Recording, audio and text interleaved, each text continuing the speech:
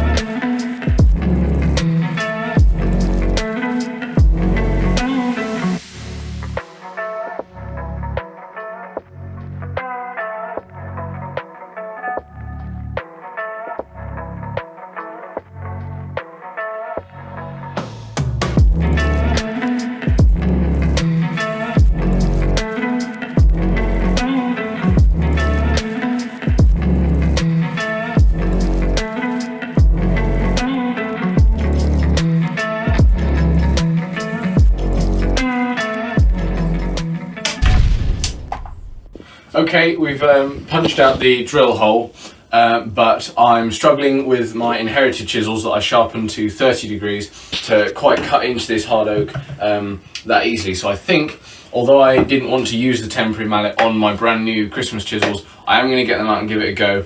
It should be fine. I really don't want to ruin them, so hopefully it all goes well.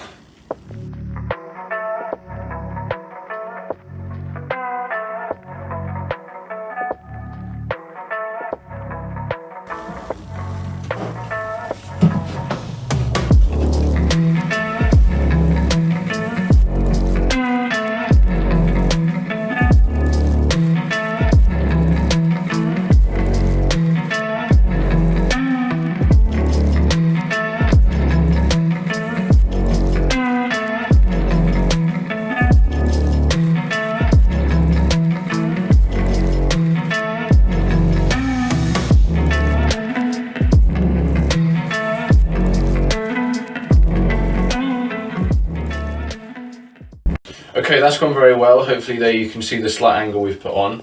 Now to chisel through and put the handle in, we need to bear in mind that there's two different angles we need to consider.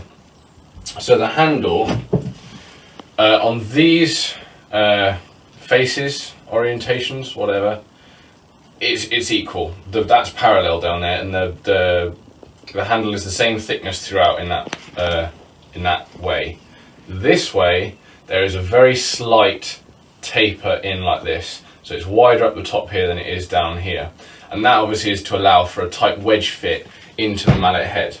So when I'm chiseling out, to get the best grip on the handle to the head, I want as much surface contact between the insides of this and the outsides of this. So when I'm chiseling these sides down here, or like the inside of it there, if that makes any sense, that wants to be flat and parallel like the handle. This way we need to mirror that wider up here, thinner down here in the hole as well. So you might be able to see there from my lines, I've done my best to put that angle on the outside, but how do I make sure that I chisel that accurately on the inside? Because of course, when it's in the vise, my chisel, when I'm holding it, I as a mere human am very inaccurate. So the video that I've been watching to teach me to do this suggested making guide blocks. So I've cut this as square as I can, just a bit of softwood. I can clamp this on here with the big clamp, and then the flat blade of my chisel I can hold flat on the guide block, start chiseling, and then as soon as I hit resistance, I know I need to take that material off. Then I just keep on going, and I should end up with a flat, flush side all the way down on both sides. So that's one at 90 for these two sides here. For these two sides, I'm going to have to mirror the angle that's on the handle and the angle that we're trying to recreate in my guide block. So that's going to take some thinking about, so let me get back to you on that. Okay, we've done some maths, some head scratching and some drawing, and we've decided at 2 degrees. So I'm now going to make another guide block at that angle.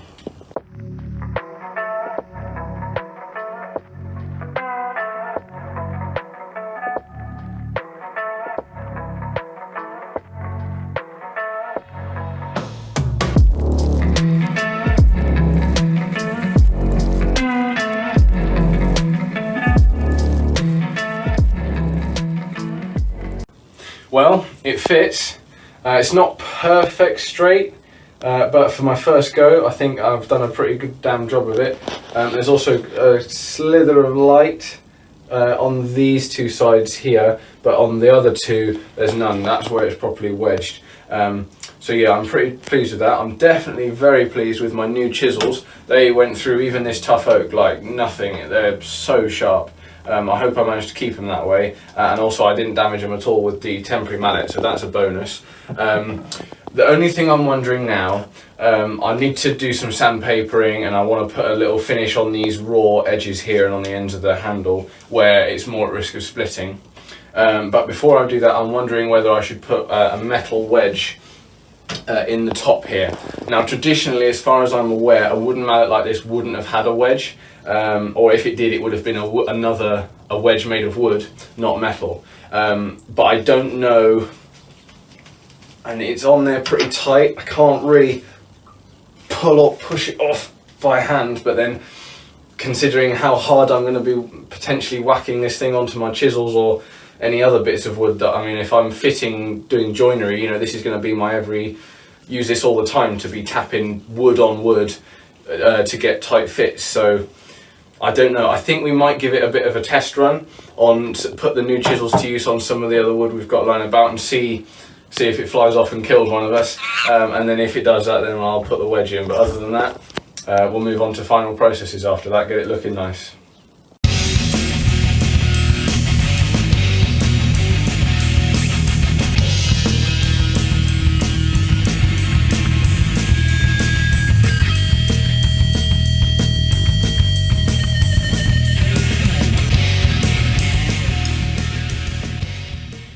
Well, that was pretty conclusive to me. I certainly wasn't holding back there on those last few strikes.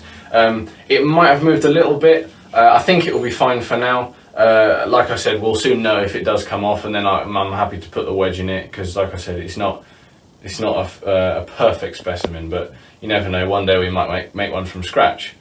So for now, I think we're going to move on to some finishing processes and just make it look pretty.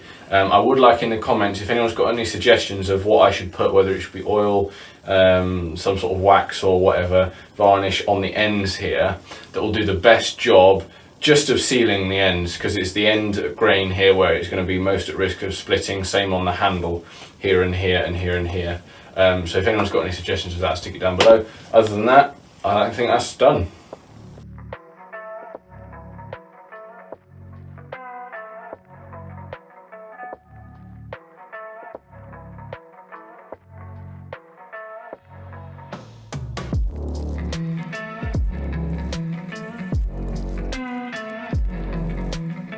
Right then folks, you'll have to excuse the sounds, the dog's down there, he's just eating his dinner. But the mallet's finished, and like I said, I'm really happy with it. We've done that finishing. But now the only thing is where to put it. Now the old mallet used to go up here, but as you'll see now, these screws want to be either a little bit longer or come a little bit further out. I think they are 100mm screws, so I should be able to get them a little bit further out. If not, we can always do something different. The other thing we then need a place for is this, which I think we'll obviously still use. I think that's going to look quite good up there. And this pair of scissors is quite a nice handy pair of general purpose scissors for cutting paper or string things about the shop. I think they're going to go just there. So we've got a couple of jobs to do in terms of drilling. So I think I'll do a little bit of a how-to drill masonry and put things like that as a sort of educational thing for any of you guys that don't know and are interested.